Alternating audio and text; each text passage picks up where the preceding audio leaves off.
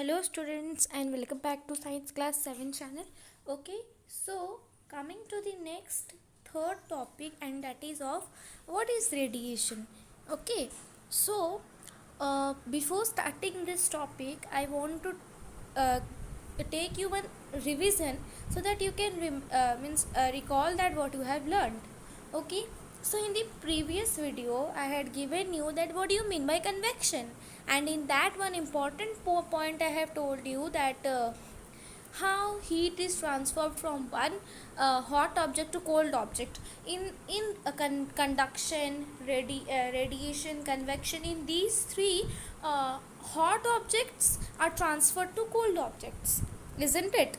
But what are the differences? ठीक है, हम आपको ये बताए थे कि जो कंडक्शन है वो सॉलिड में होते हैं, ठीक है, और सॉलिड में जो मॉलिक्यूल्स है वो सट के रहते हैं, और जैसे ही यहाँ पर हीट उनको मिलता है तो वो ट्रांसफ़र करते करते करते करते सब पूरा जगह हीट हो जाता है। ठीक है, इतना समझ में आया।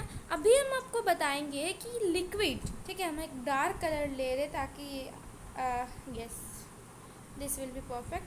फिर अभी हम आपको बताएंगे कि कैसे लिक्विड में होता है। लिक्विड और गैस, ठीक है, लिक्विड और गैस दोनों कन्वेक्शन है, दोनों कन्वेक्शन प्रोसेस काम करते हैं।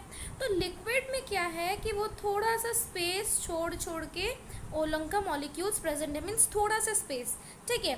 तो क्या होता है कि हम आपको पिक्चर बड़ा सा ड्रॉ करके दिखा रहे हैं, ठीक है। तो जो मॉलिक्यूल्स है वो थोड़ा से छोड़ के ये लोग बने होते हैं, ठीक है।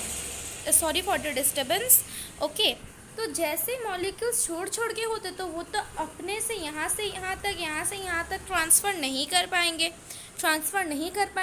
तो फिर कैसे ट्रांसफ़र करेंगे? इसलिए हमने जब एक एग्जांपल लिया था, जो कंटेनर में जब हम लोग वाटर मीन्स जो हीट करेंगे तो ये ऊपर वाला जो हॉट पार्ट है वो ऊपर चल जाएगा, कोल्ड पार्ट नीचे आ जाएगा।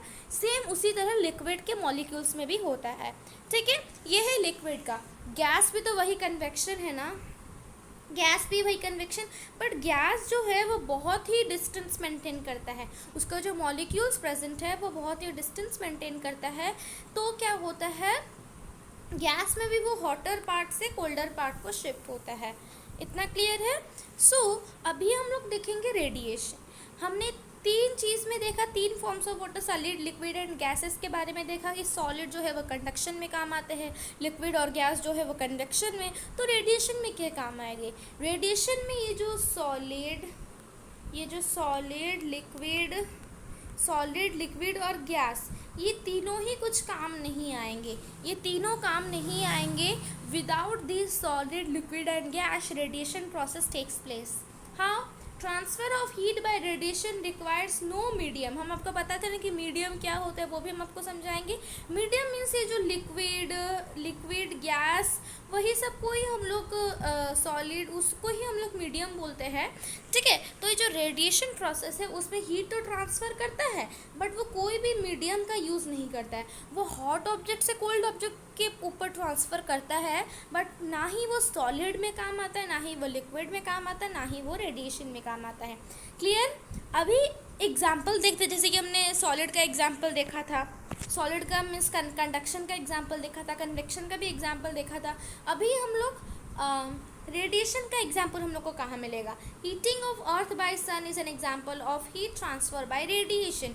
रेडिएशन प्रोसेस हम लोग का देखना, हम लोग के धरती पर सूरज का किरण पड़ता है, you all know very well. जो हम लोग का धरती है उसमें सूरज का किरण पड़ता है तो हम लोग का धरती गर्म होता है।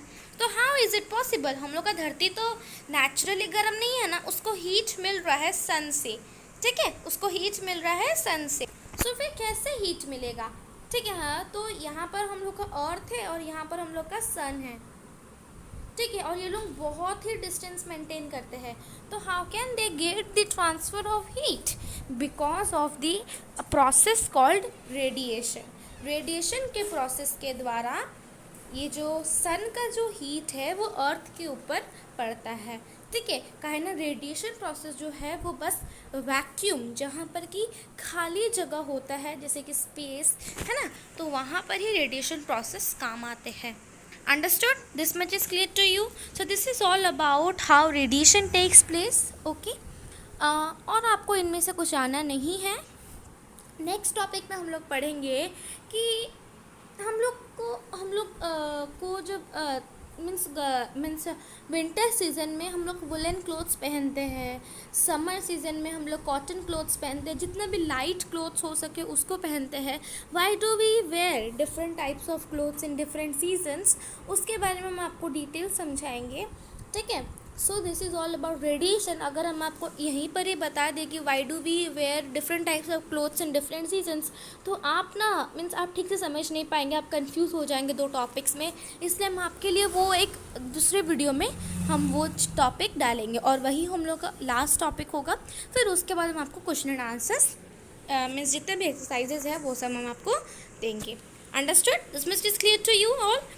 कहीं पर भी आपको रेडिएशन, कन्वेक्शन, कंडक्शन, जितना भी ट्रांसफ़र ऑफ हीट के बारे में आपको समझा है, कहीं पर भी आपको कोई भी लाइन समझ में नहीं आया, नहीं तो कुछ भी आपको समझ में अगर नहीं आया हो, कोई भी लाइन नहीं तो कुछ भी वर्ड, तो आप प्लीज़ मेरे को वो कमेंट सेक्शन में बताएं, तो हम आपको ज़रूर रिप्लाई देंगे। Okay, so this is all for today and thank you students for watching my video.